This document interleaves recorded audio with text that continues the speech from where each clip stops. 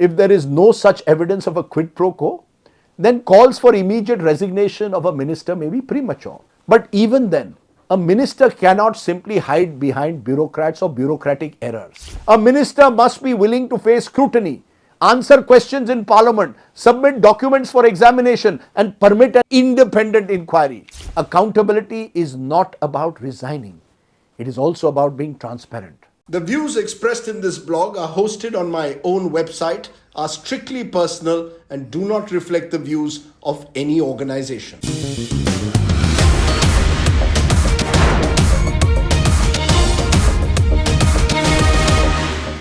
Namaskar, hello and welcome friends to Straight Bat, my weekly video blog where, as the title suggests, I comment with a straight bat.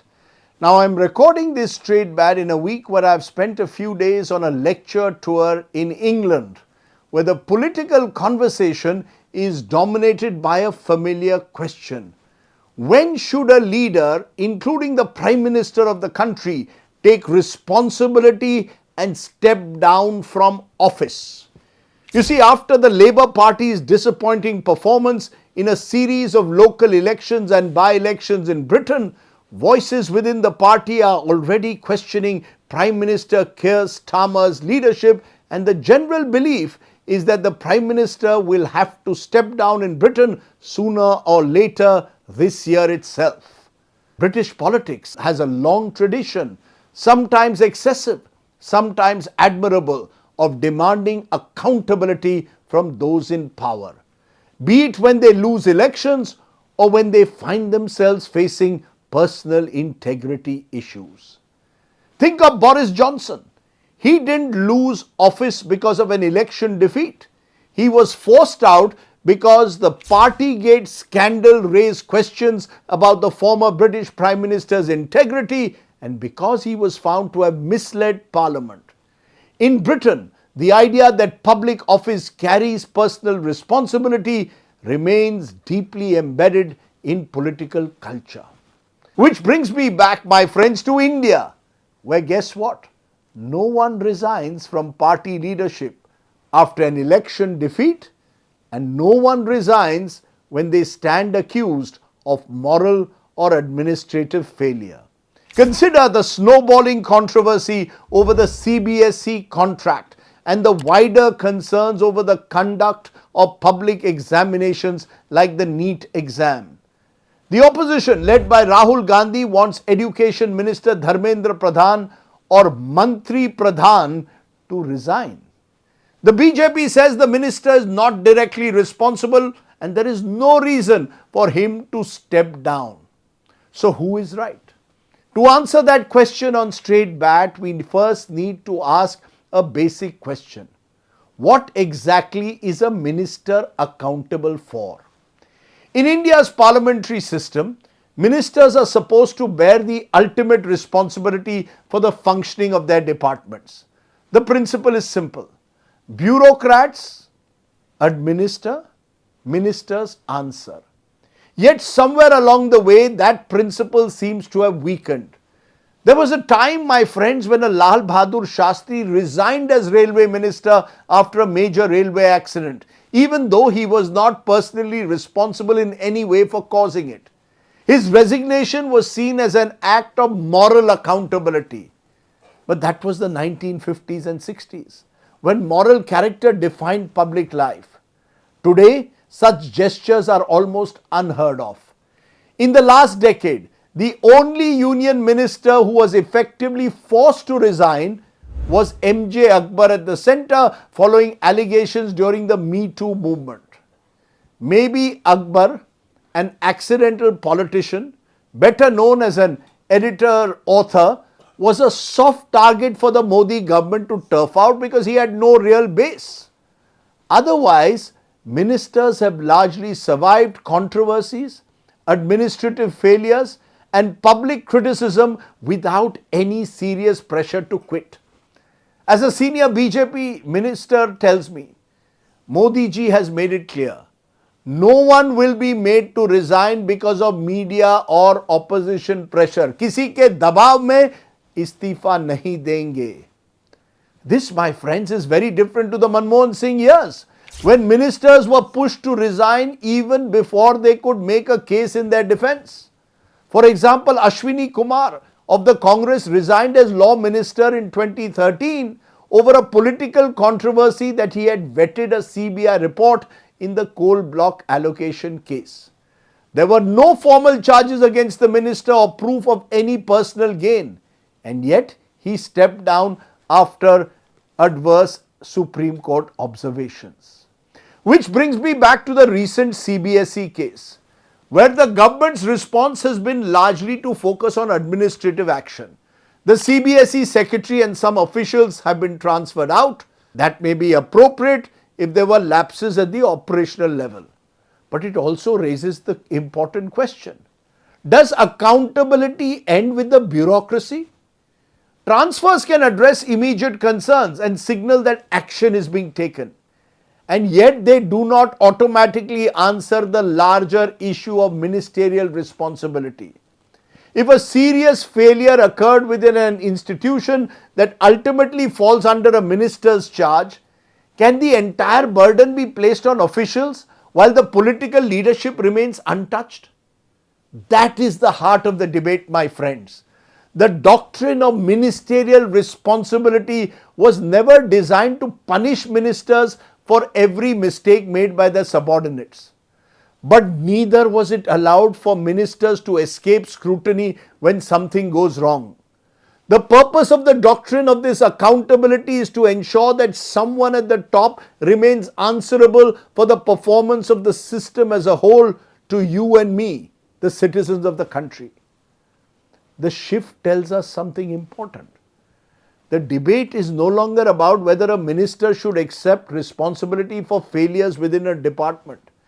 It is increasingly about whether a minister should be expected to accept responsibility at all. And that is why the controversy surrounding Dharmendra Pradhan matters beyond the specifics of any one contract or examination. It raises a larger question about the standards we expect from those who hold public office in this country. Supporters of Dharmendra Pradhan will point out that he is not just another minister. He has been one of the BJP's most successful election managers, has supervised and strategized several important electoral victories, and is widely regarded as being close to Home Minister Amit Shah. These are significant political credentials. But are they the qualifications that confer immunity from scrutiny or accountability in a parliamentary democracy, where political importance cannot become a substitute for sheer responsibility? If anything, the more influential a minister is within a ruling establishment, the stronger is the argument that he should be held to the same standards as everyone else. The pattern is visible even beyond the union government.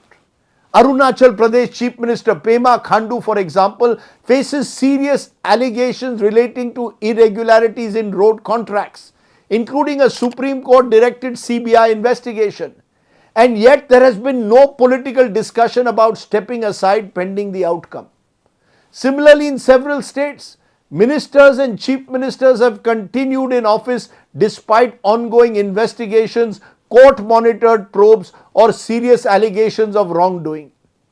The presumption today seems to be that resignation is unnecessary unless there is a conviction or overwhelming political pressure. We've also seen another trend emerge in this country.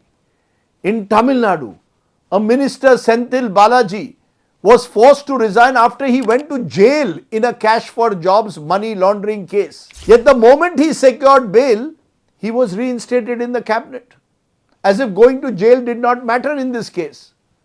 At the national level, allegations linking Hardeep Singh Puri's name to the Epstein files generated political controversy.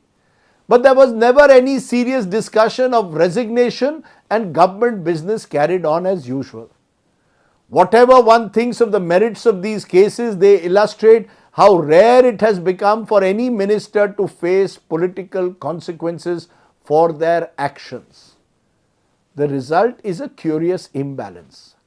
Success is claimed politically, failure is explained bureaucratically. Let me repeat that. Success is claimed politically.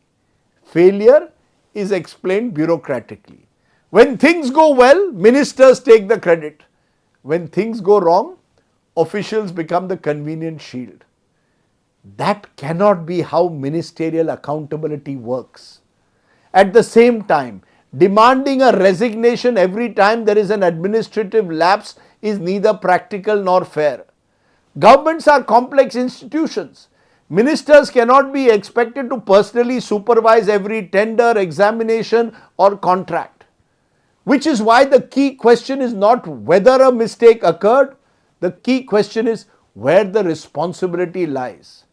If evidence emerges that there was a direct connection between Dharmendra Pradhan's office and any irregularity in the award of contracts or the handling of examinations, the resignation of the minister becomes unavoidable. Did Pradhan or someone close to him get any benefit from the contract?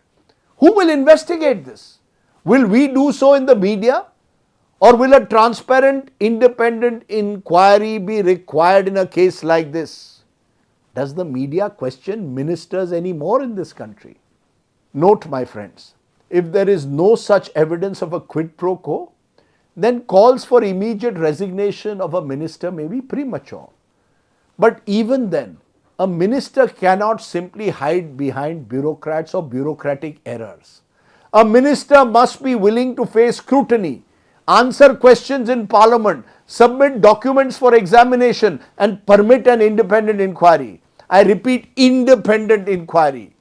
Accountability is not about resigning. It is also about being transparent.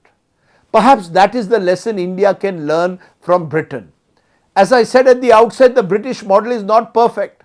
Sometimes resignations are demanded too quickly. Sometimes political pressure becomes excessive. But at least there exists a culture in Britain where misusing or failing public office carries consequences. In India, the opposite problem now exists. Resignations have become so rare that accountability itself often appears optional. The question therefore is not simply whether Dharmendra Pradhan should resign or not. The real question is whether we still believe ministers should be accountable at all. Until we answer that simple question, every controversy will produce the same predictable battle and the same predictable narrative. The opposition demanding a resignation, the government refusing, and the public left wondering whether anyone is ever truly responsible in this country. That, my friends, is not how parliamentary democracy is supposed to work. Else we might as well accept the growing belief that ministers in this country have special privileges and so cannot be touched in New India. Think about it. That was the Straight Bat. Do of course subscribe to my YouTube channel for many more such videos. For now, stay well, stay safe. Jai Hind, Namaskar.